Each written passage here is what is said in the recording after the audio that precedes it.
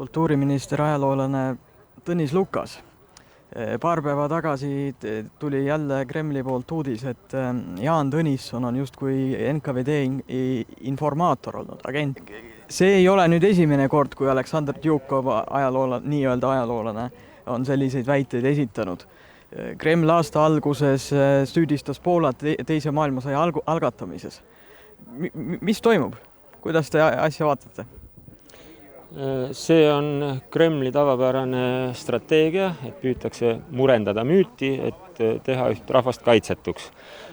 Ja müüdi murendamine käib omaaegsete suuruste ja ka praeguste riigijuhtide mustamisega. Ja oluline oleks, et me ei neelaks seda konksu alla. Loomulikult ei saa jätta seda tähelepanuta, aga siiski ei ole mõtet tekitada meie ühiskonnas nüüd tohutut arutelu. Sest ütleme siis kujundlikult, Pätsiga juba saadi hakkama. Kreml tunneb suurt rõõmu selles, et Pätsi kuju ei ole ühemõtteliselt positiivne. Ma ei taha öelda, et mõnda inimest peab liigselt kiitma, aga kindlasti on ajaloos olevad inimesed, eelkõige inimesed ja nende pärand on mitmekülgne.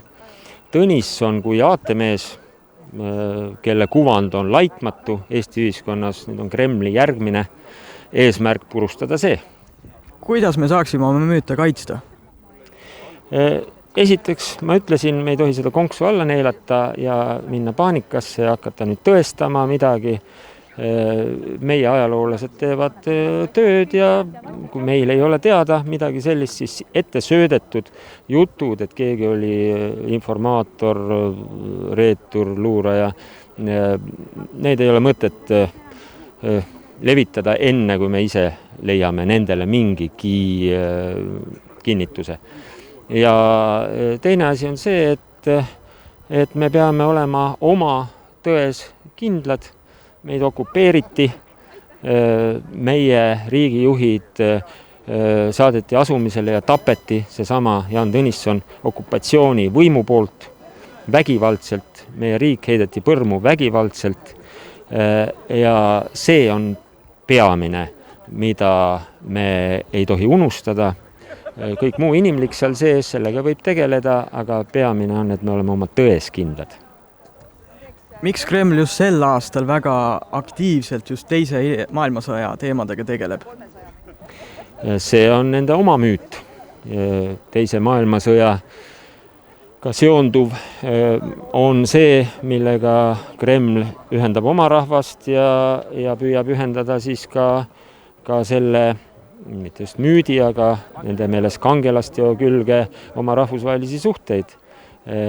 Ta püstitab endale niisugust positiivset monumenti, millel ei ole ühtegi plekki ja mille varjus võib siis suvaliselt heita välja selliseid konkse ja rünnakrakette teiste maade identiteedi suunas.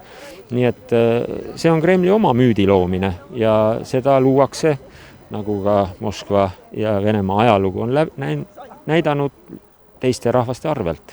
Milliseid ajaloosündmusi eestlased meie peaksime mütologiseerima? Mütologiseerima võib-olla mitte, aga suhtuma nendesse omas ajas ja seega me võime midagi juurde õppida ja ka ümber hinnata, aga kindlasti mitte näiteks panna ennast tarka positsiooni ja öelda, et me oleks käitunud kunagi 700 aastat tagasi või 400 aastat tagasi või 100 aastat tagasi teisiti.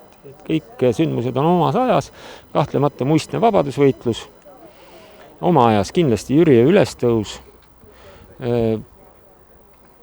teatud majanduslik jõukus, mida osa ka Eesti talurahvast püüdis muide keskajal üles ehitada, relvakandmise õigus, aktiivsust ka põhjasõjas, aga kindlasti ärkamisaeg